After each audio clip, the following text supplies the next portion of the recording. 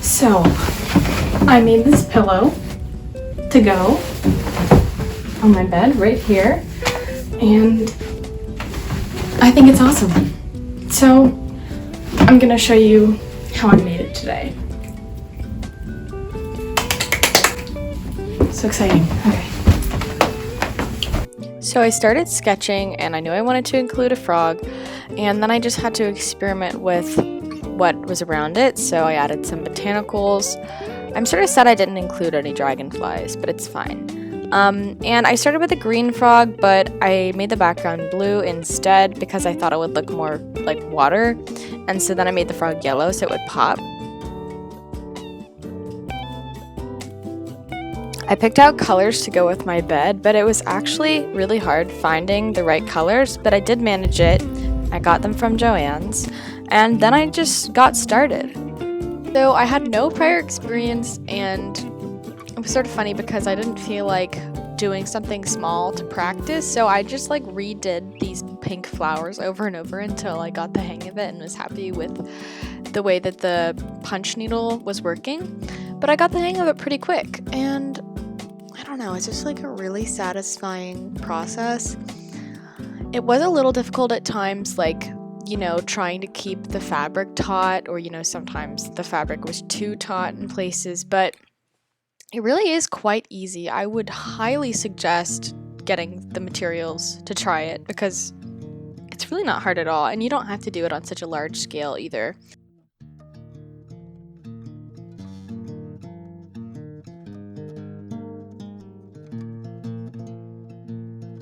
I have not uploaded to YouTube in like, I don't know, probably like 4 months. I'd have to go check, but it's been a while. I've just been super busy with school. Finals were hectic, but now it's summer. Woohoo! And I have a lot more free time, even though I'm still like crazy busy, and summer is only 2 months long for me. But I am going to live it up, and I have been, and I'm going to try and make as much YouTube content as possible within this 2-month summer.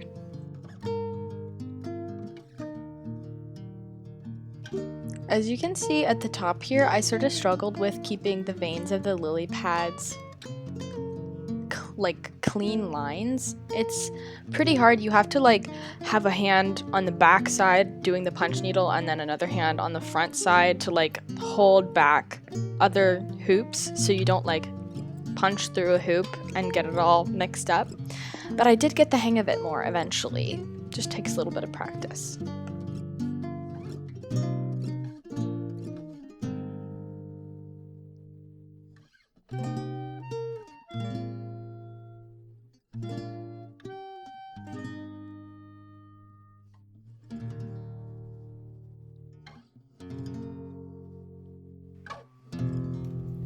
Here is a demonstration of how you thread the needle. So your needle will probably come with this little wire thing, and you gotta hook the yarn onto it and then thread it through the whole thing and pull it all the way out. And this is actually a really cool punch needle tool because it has multiple levels.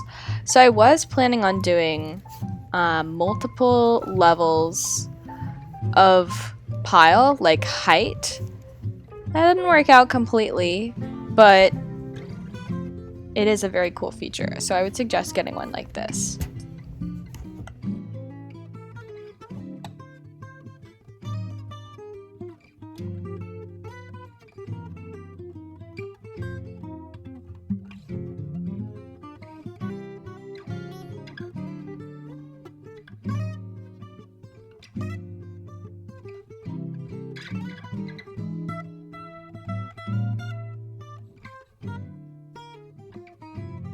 Some people do everything in straight lines, but I think it looks so much better if you go along with all the shapes you're doing and sort of fill them organically. So like the way I did most things was I sort of just made different shapes and I looped and looped around the edges until I filled them in.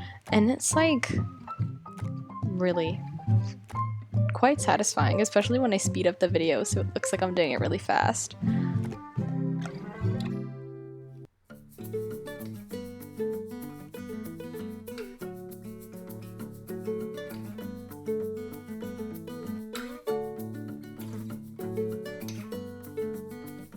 For a while I was annoyed by this color red, but I've really come to like it and appreciate it a lot more. There isn't a lot of red in my room. I have a red chair, a red dresser, red in my comforter, and red in my rug. So it really ties everything together. So all of the flowers and lily pads I did on the second highest setting for the hoops. And so I thought, oh, okay, I'm gonna do the water on the first setting, which is the shortest one, so that there would be like a noticeable difference between the lily pads and the flowers, and they would be higher than the water color. But that didn't really work because I'd never tested the first setting, and the first setting is such a short loop that it's really easy to pull back onto the other side by accident.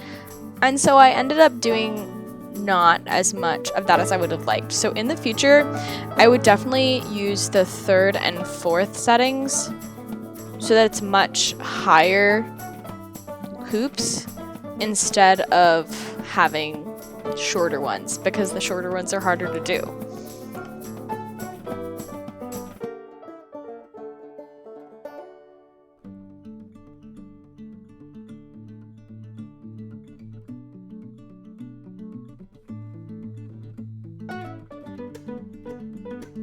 I really love the texture of the yarn that I used for the frog face.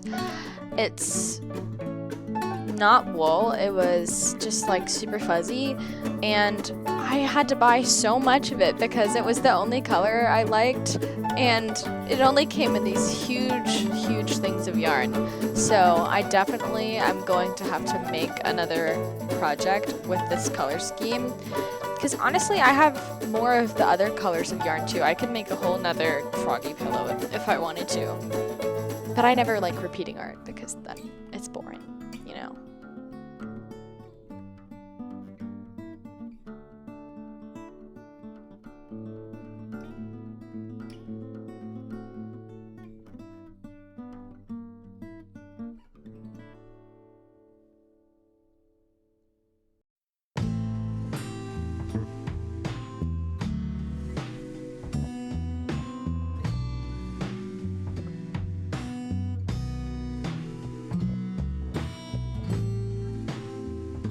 A while ago I was considering getting a frog, and although I do love them, I think that they're actually a good bit of work, and I'm sort of glad I didn't, because now I have a leopard gecko and she is so sweet, and you know, I don't have to do as much stuff with her tank, like keep the humidity quite as high and stuff as I would have with the frog.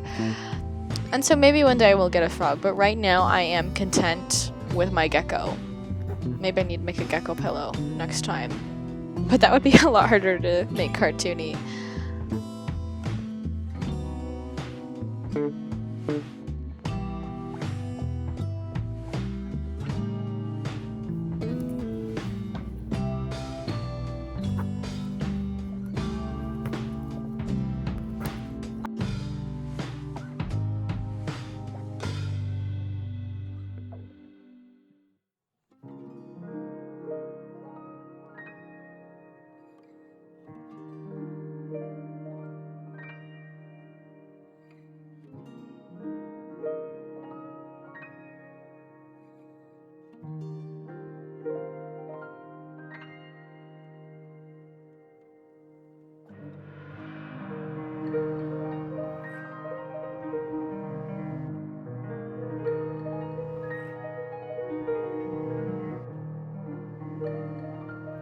This project did not take me as long as I thought it was going to. I think it probably took me like, I don't know, 20 hours at most. And I think that one thing that really helped was I did not use a thin yarn. I got really thick yarn. And of course, thin yarn wouldn't have worked with this thick of a monk fabric, as it's called. Anyways, but it just like makes it a lot easier to fill up fabric because, you know, you don't have to make as many punches.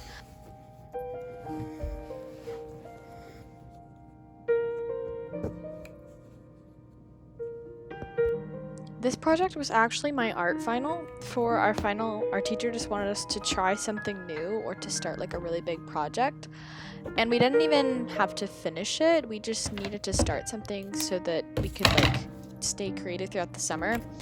But I did manage to finish the punch needle part by the end of the school year, and then all I had to do was make it into an actual pillow, like the first weekend of summer. So it was really not as long as a lot of my other projects take, and I was very happy that I was able to get it done so quickly by my standards anyways.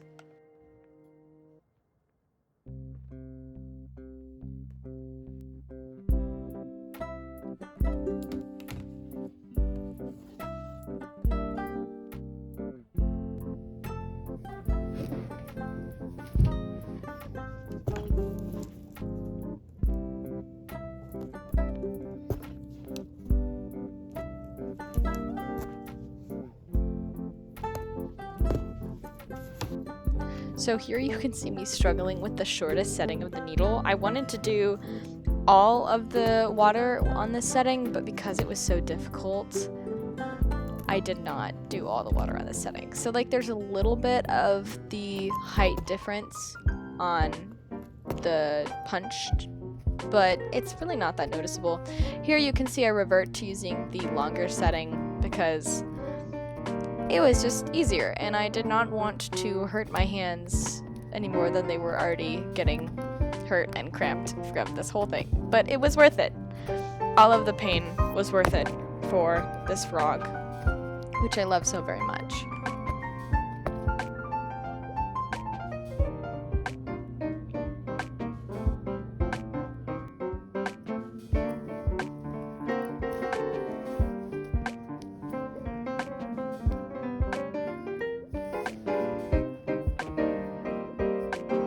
Another thing I noticed was that as you go, like the more stitches you've already done, the harder it gets, because like as you do stitches, the fabric that you haven't touched yet gets a lot tighter and it's harder to push through. So obviously I'm not really doing a tutorial, so I will link in the description the channel that I looked at a little bit. Well, I mean, I started while I was watching these videos, and they're really nice and helpful just for understanding the concept, so definitely go check that out if you want to take this up as a hobby yourself.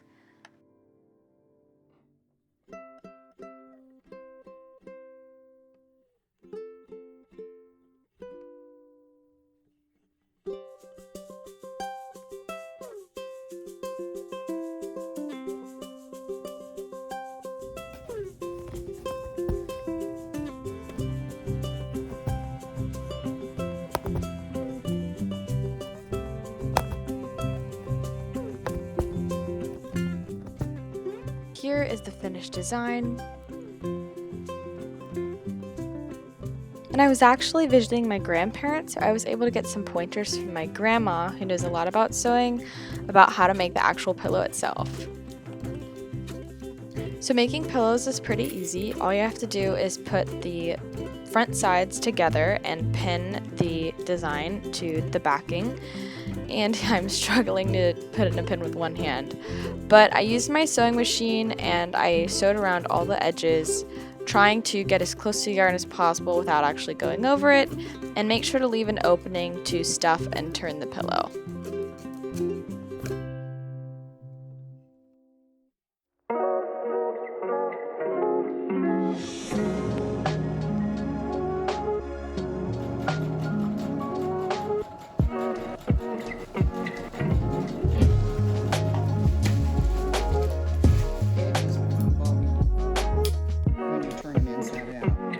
Alright, now the moment of truth. That's right.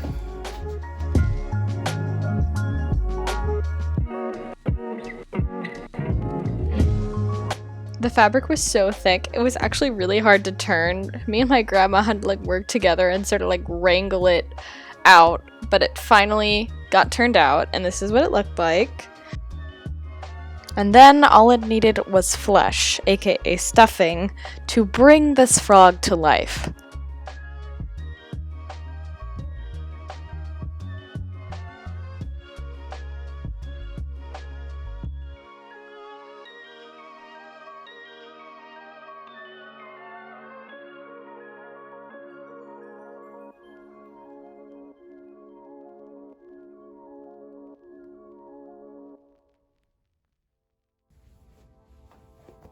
Here is the finished frog. I love it so much. I love the texture. I love the colors. As you can see in my area around my bed, it really pulls everything together. I think I overstuffed it, honestly, but it does provide really great support. I always put it behind me when I'm sitting on my bed, and it's just so cheery. It feels so me. Like, look at him. I love him.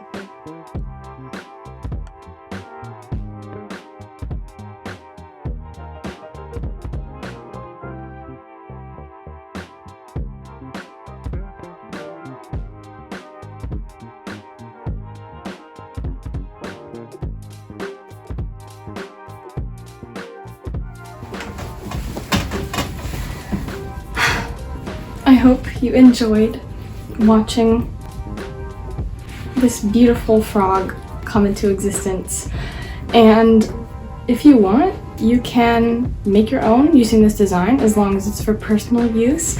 If not, I will sue your ass. And please tag me if you do make it though, because I would love to see your creations. And I hope that this was inspiring. And please stick around if you enjoyed this, because there are a lot more fun crafty projects and art projects coming. So thank you so much for watching. Bye!